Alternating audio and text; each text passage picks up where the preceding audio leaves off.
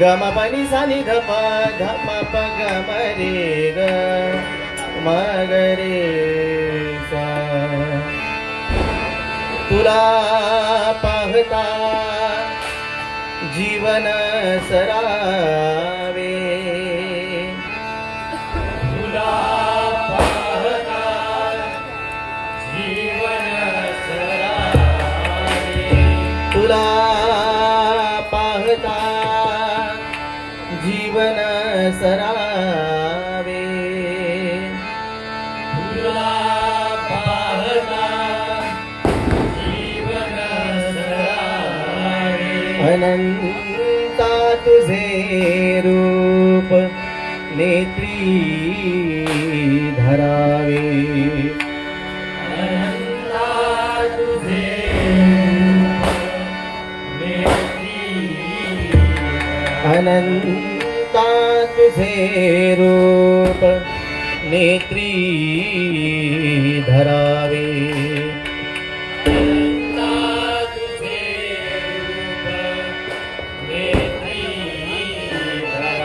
तुझे नाम ओठी तुझा ध्यास चित्ती, तुझे नाम ओठी तुझा ध्यास चित्ती, तुझे नाम ओठी तुझा ध्यास चित्ती, तुझे नाम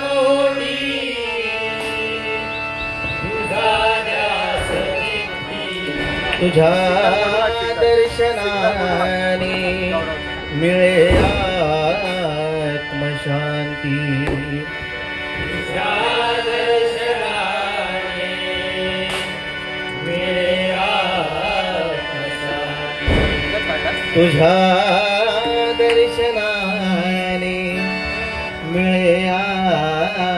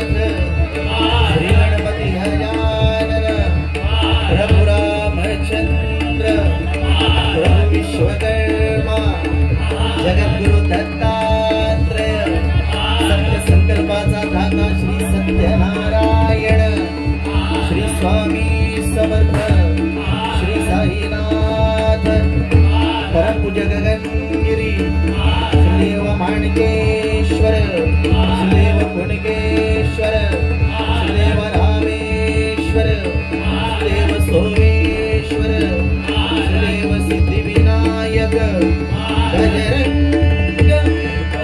हरी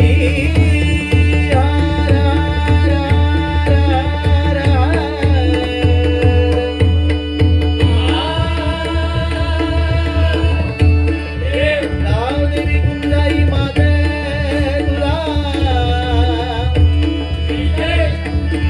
आई दुर्गा देवी माते तुला, कैलासवासी सुप्रसिद्ध भजनकार गुरुवर्य संतोष शिरसेकर, छत्रपती शिवाजी, छत्रपती संभाजी, हर हर हर तर जवळ घ्या.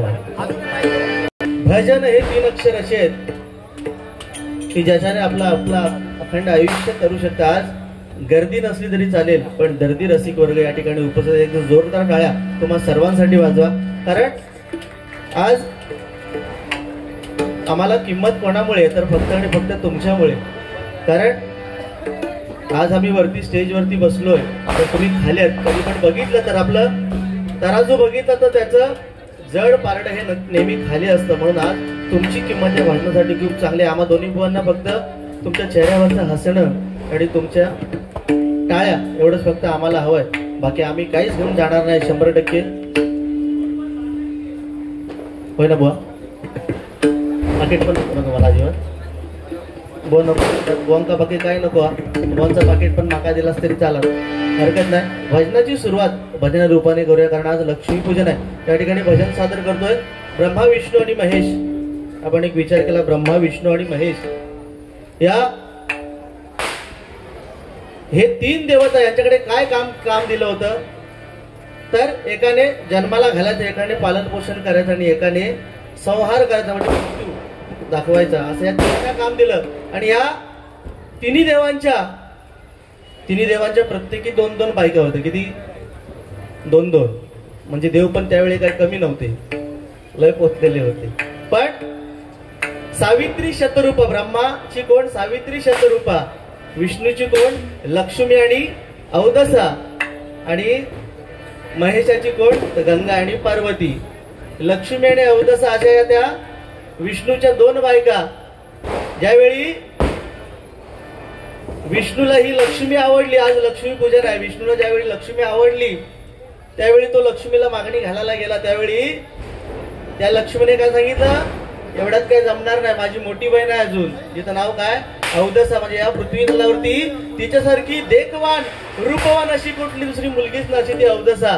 आणि तिला बघितल्यानंतर काय हो, अवदसा ती, ओठ एवढे मोठे, तिचे गाल एवढे मोठे, अंग एकदम काळा कुळकुळीत अशी ती अवदसा काय सांगतोय की या अवदसेचं लग्न, माझ्या मोठी बहिणीचं लग्न झाल्याशिवाय मी लग्न करणार नाही. शेवटी त्या विष्णूला त्या अवदसेबरोबर लग्न करायला लागलं. आणि मग त्या विष्णूने काय केलं?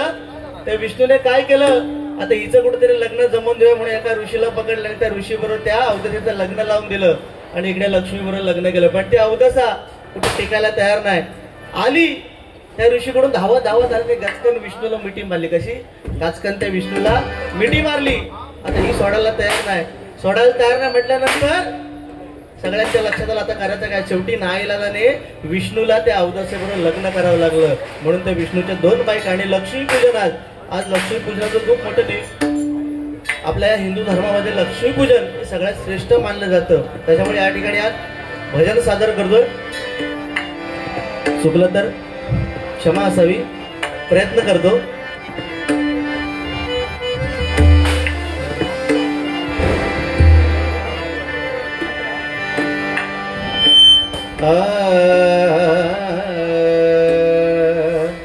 हल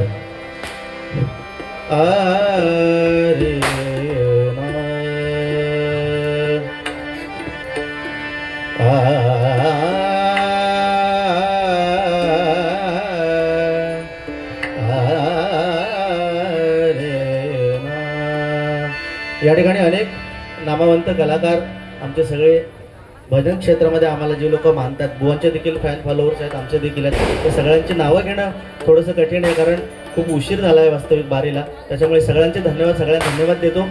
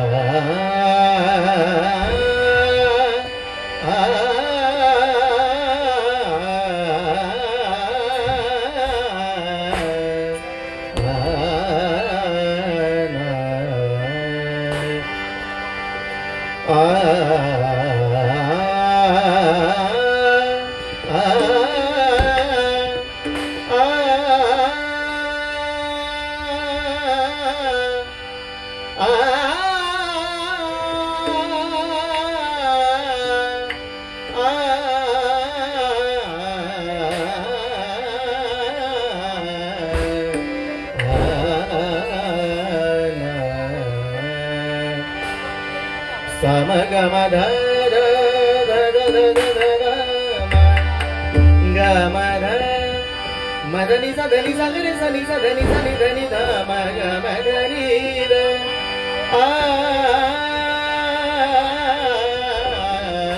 रे ना सा ग मदनी सा माझा भाव तुझे चरणी, माझा भाव तुझे चरणी, तुझे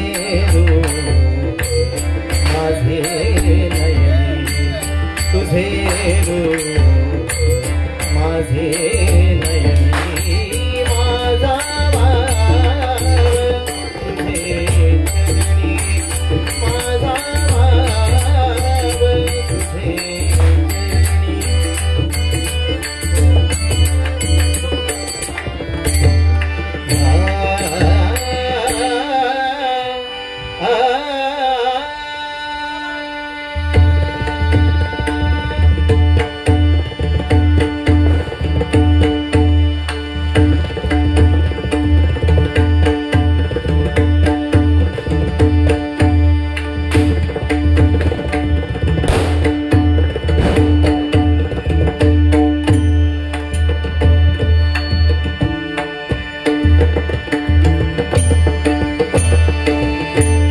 शंकरा जगदावरा शशी शेखरा शिव शंकरा जगदावरा शशी शेखरा शिव शंकरा जगदावरा शशी शेखरा शिव शंकरा जगदावरा शशी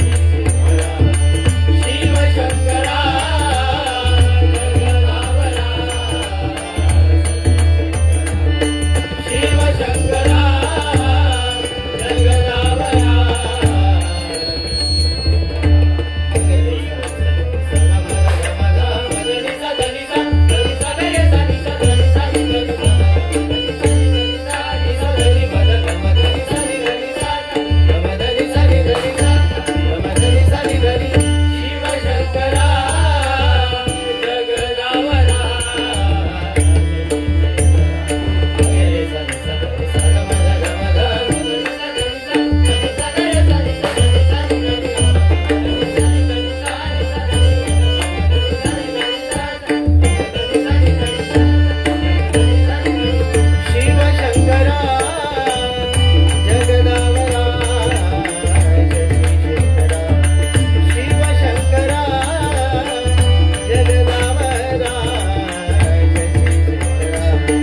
शिव शंकरा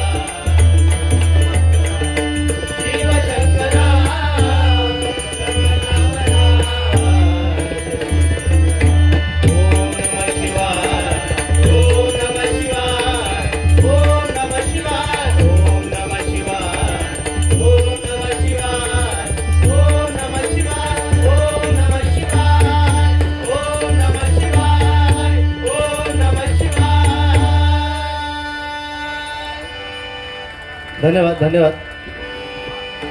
हल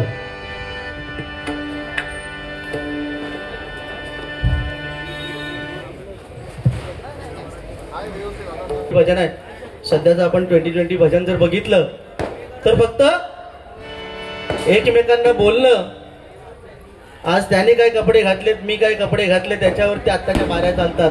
पूर्वीच्या बाऱ्या कशा चालायच्या की अभंगाला अभंग, गवळणला गवळण, अशा बाऱ्या चालायच्या. परंतु आता तो कालाय तस्मे नमा. आता त्यावेळी पारंपरिक, या ठिकाणी मी 3 वर्षापूर्वी पारंपरिक बारी केली होती सन्माननीय आमचे मित्र गोठणकर बोनसोबत. आज या मंडळाने 2020 बारी ठेवले. काळाप्रमाणे आपल्याला वागलं पाहिजे, 100% आपण तसे वागतोय. परंतु एक शोकांतिका फक्त एवढे आमच्या कोकणात किंवा संपूर्ण आपल्या महाराष्ट्रात एवढी शोकांतिका झाली की भजनासाठी आमचे आज नियम आलेत. आज भजनासाठी नियम आलेत की एकमेकाला अरेतुरे करायचं नाहीये, एकमेकाकडे रागाने बघायचं नाही. कारण का दोन्ही बुवांमध्ये एवढं आता भजन चाललंय की एक बुवा उठतो आणि सरळ एखाद्याच्या कानफाटात मारायला जातो, एवढं भजनाची परिस्थिती आहे. पण या मंडळासाठी एकदा जोरदार टाळ्या वाजवा. या मंडळाचं उत्कृष्ट नियोजन ज्याला म्हणतात ते असं. कारण मुंबईसारख्या ठिकाणी अशी शांततेत बारी करणं खूप कठीण, आणि 100% बुवा सुद्धा आज चांगले आहेत जोडीला. भजन हे कसं आहे, एकमेकाला बोलूनच भजन होतं असं काही नाही. कारण कसं आहे, दुसऱ्याच्या पॉइंटवर बोलणं म्हणजे तो मोठं बुवा नाही, स्वतःच्या पॉइंटवर बोलणारं बुवा पाहिजे. बरोबर ना?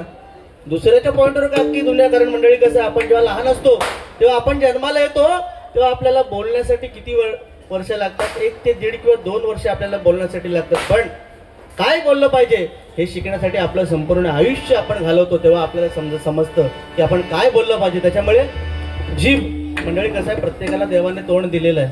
त्याच्यामुळे काय बोललं पाहिजे आणि त्याच्यातून आपण समाजाला काय देणं. कारण ह्या खुर्चीवर ज्यावेळी आम्ही तुमच्यापेक्षा आम्ही खूप लहान आहोत, तर भुवनपेक्षा सुद्धा मी खूप लहान आहे, तुमच्यापेक्षा सुद्धा मी खूप लहान आहे वयाने. पण आज आम्हाला ही जी मानाची खुर्ची मिळाली कोणामुळे, आई वडिलांची कुठेतरी पुण्याई आहे, आजी आजोबांची पुण्याई आहे, आणि तुमच्यासारख्या रसिकांचे प्रेम आणि आशीर्वाद आमच्या पाठीवरती आहेत म्हणून ही खुर्ची आहे. नाहीतर आम्ही काय हो, आज वय वर्ष किती, माझं 25-26 असेल, बुवांच्या देखील जास्त नाही, 35 दिसतात फक्त. ते जरा केस माझे पिकले आहेत त्यांच्यापेक्षा जास्त, त्याच्यामुळे बुवांचं पण जास्त वय नाही. पण आम्ही जर समाजाला प्रबोधन करत, देवाने आमच्याकडे एक चांगली जबाबदारी देवाने आमच्याकडे दिलेली आहे बुवा म्हणून, आणि 100% आम्ही ते पार पाडण्याचा प्रयत्न. कारण हे आता कलियुग आहे, आणि मंडळी ह्या कलियुगात कलीचा अवतार कसा आहे, कलीने काय केलंय, कली हा संपूर्ण नग्न आहे. त्याने काय केलं, आपल्या एका हातात जीभ पकडले आणि एका हातात आपलं लिंग पकडलंय. म्हणजे कली आपल्याला ह्या कलियुगात काय सांगतोय की ह्या कलियुगात जर आपल्याला करायचं आहे तर आपल्या जिभेवरती आणि आपल्या लिंगावरती आपला ताबा असणं खूप गरजेचं आहे. नाहीतर आपण ह्या कलियुगात तरणार नाही. म्हणून मंडळी आपण ह्या कलियुगात जगणार किती आहे, एक साधारण विचार केला, आमचा जर विचार केला, आता तरुण पिढी, आम्ही माझ्या मंडळी करत बुवाची पण मंडळी बघायला एकदम तरुण आहोत आम्ही, तडपतर रक्त आमचं सळसळत आहे. आमचं साधारण ह्या कलियुगात वय किती असणार आहे, साधारण 50 ते 60. आणि ह्या 50 ते 60 वर्षात जर समाजाने आम्हाला चांगलं म्हटलं नाही ना, तर ह्या 50-60 वर्ष जगून आमचा फायदा नाही. म्हणून या समाजात राहताना आपण एकमेकांची चांगलं वागलं पाहिजे, चांगलं बोललं पाहिजे. एवढंच फक्त भजनातून सांगतो. रूपाचा अभंग, ज्याच्यात भगवंताचं रूप, आपण कसं म्हणतो की गेली 28 युग भगवंत त्या विटेवरती उभा आहे. कोणासाठी, भक्त पुंडलिकाने वीट फेकली. आई वडिलांची सेवा करता करता भक्त पुंडलिकाने वीट फेकली. म्हणजे तो भक्त पुंडलिक आपल्याला ह्या कलियुगात काय करायला सांगतोय की अरे आधी आई वडिलांची सेवा करा, आधी आई वडिलांची सेवा करा, मग बाहेर जा. तुम्ही एक लक्षात घ्या मंडळी, तुम्हाला देव मंदिरात भेटू शकतो, परंतु आई वडिलांच्या चरणाला आपण जर स्पर्श केला तर 33 कोटी देव त्या आई वडिलांच्या चरणात मतात. एकदा जोरदार टाळ्या आपल्या आई वडिलांसाठी वाजवा. कारण आज त्यांनी आपल्याला हे जग दाखवलंय, त्यांच्यामुळे आज आपण इथे उपस्थित. ती वीट, त्या विटेवरती भगवंत उभा आहे. ती वीट म्हणजे नेमका काय आहे, ज्यावेळी चंद्र आणि इंद्र, कोण, चंद्र आणि इंद्र यांनी काय केलं, अहिलेला भ्रष्ट करायला हे दोघं निघाले. अहिलेला भ्रष्ट करायला निघाल्यानंतर हे गौतम ऋषींच्या लक्षात आलं, आणि गौतम ऋषींनी काय केलं, त्या दोघांना पण शाप दिला. चंद्राला काय सांगितलं, तू काळा पडशील, आणि इंद्रला काय सांगितलं, तुझ्या संपूर्ण अंगावरती कोड उठतील. काय सांगितलं, तुझ्या संपूर्ण अंगावरती कोड उठतील. आणि शापाप्रमाणे तो चंद्र काळा झाला आणि इंद्राच्या संपूर्ण अंगावरती कोड उठले, विद्रूप दिसायला लागला. आता इंद्र म्हणजे कोण, तर देवांचा राजा. हा जर विद्रूप दिसला तर त्याला राजा म्हणणार कोण. म्हणून त्याने सगळं केलं, सगळी तीर्थयात्रा केली, तरी पण त्याच्या अंगावरचे कोड काय जात नव्हते. शेवटी त्याने शिवशंकराची उपासना केली. शंकर त्याला प्रसन्न झाले आणि त्याच्या हातात त्यांनी काय दिला, एक लोखंडाचा दंड दिला, लोहदंड दिला आणि सांगितलं, हा लोखंडाचा दंड घे आणि हा पृथ्वी तलावरची सगळी तीर्थयात्रा कर. हा लोखंडाचा दंड ज्या पाण्यात तरेल, लोखंडाचा दंड ज्या पाण्यात तरेल त्या ठिकाणी बसून भगवंताची उपासना कर, तेव्हा तुझ्या अंगावरचे हे कोड निघून जातील. सांगितल्याप्रमाणे इंद्राने सगळी तीर्थयात्रा केली, पण काही होईना. शेवटी चालत चालत तीर्थयात्रा करत करत तो पंढरपुरात आला आणि पंढरपुरात त्याने तो लोखंडाचा दंड पाण्यात टाकला आणि तो तरला. आपण जर पंढरपूरला गेलो असेल तर पंढरपुरात लोहदंड असं एक ठिकाण आहे. त्या लोखंडाचा दंड त्या पाण्यात तरला. त्या ठिकाणी बसून त्याने भगवंताची उपासना केली, भगवंताची उपासना केली. साक्षात पांडुरंग त्याला प्रसन्न झाले. पांडुरंगाने त्याच्या डोक्यावरती हात ठेवला. डोक्यावर हात ठेवल्याबरोबर त्याच्या संपूर्ण अंगावरचे कोड निघून गेले. इंद्रदेव जसा होता तसा दिसायला लागला. शेवटी इंद्रदेवाला एवढ्यावर थांबायचं नव्हतं. त्याने काय सांगितलं, रे भगवंता, मला एवढंच नको आहे, मला असं काहीतरी दे की अखंड आयुष्यभर माझं नाव तुझ्या बरोबर लागलं पाहिजे, हे चारी युगात माझी ओळख राहिली पाहिजे, असं काहीतरी मला दे. तेव्हा त्या पांडुरंगाने त्या लोहदंड होता जो पाण्यात तरला, तो लोहदंड घेतला. त्या लोहदंडाची वीट बनवली आणि त्या विटेवर तर गेली 28 युग भगवंत उभा आहे. आणि त्या विटेला नाव देखील काय आहे, तर इंद्रवीट. त्या विटेला नाव काय, इंद्र. ते इंद्राने बनवली वीट, ते लोहदंडापासून भगवंताने. म्हणून बाकी काय नाही. बाकी मनोरंजन म्हटलं किंवा इतर जोक्स म्हटले तर आपल्याला या व्हॉट्सअप, फेसबुक किंवा इंटरनेट एवढं पुढे गेलंय. आता AI चा जमाना आहे. आपण प्रत्येकाचा ट्रेंड आलेला आहे.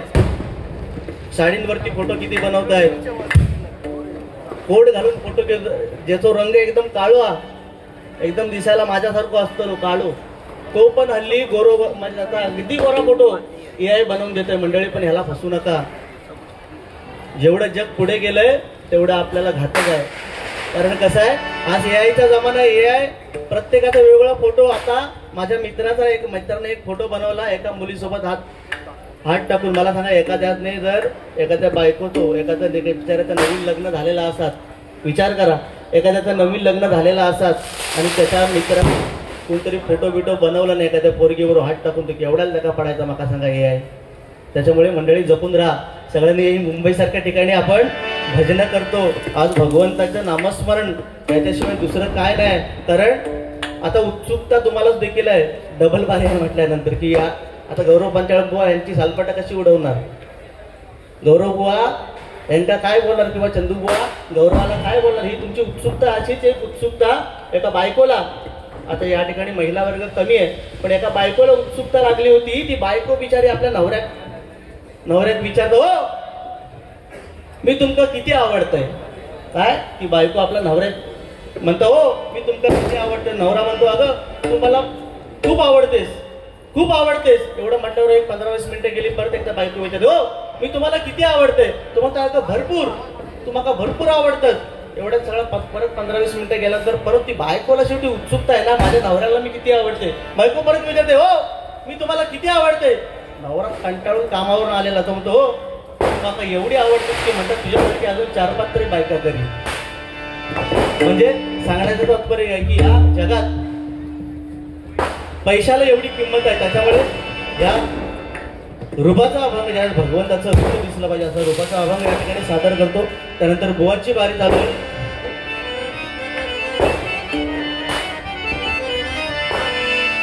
हे ना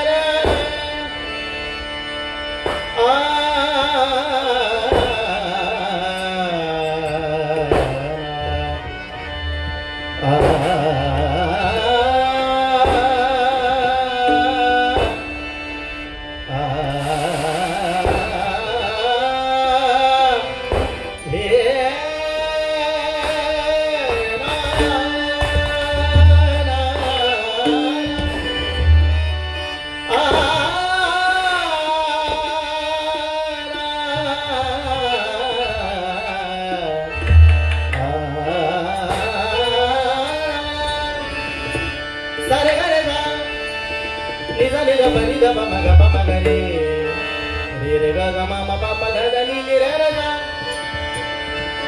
16 बरस की रूपाचा अभंग आहे. त्यांच्या तोंडावर लगेच हसू येईल. 16 बरस की म्हटलं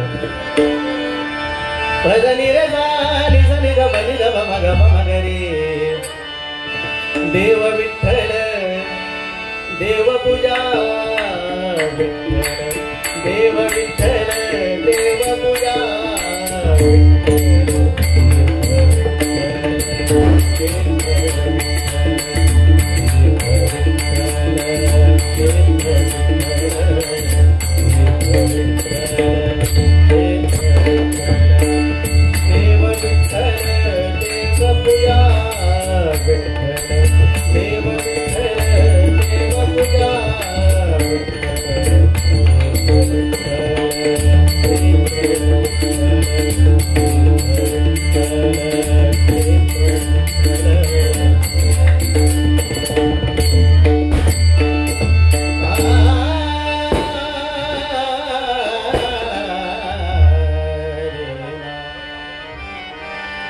सुंदर ते ध्यान ध्यान ध्यान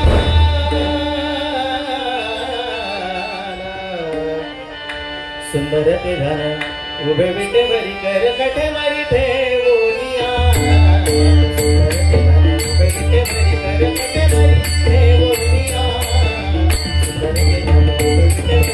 कठे मारी ठेवोनिया सुंदर ते ध्यान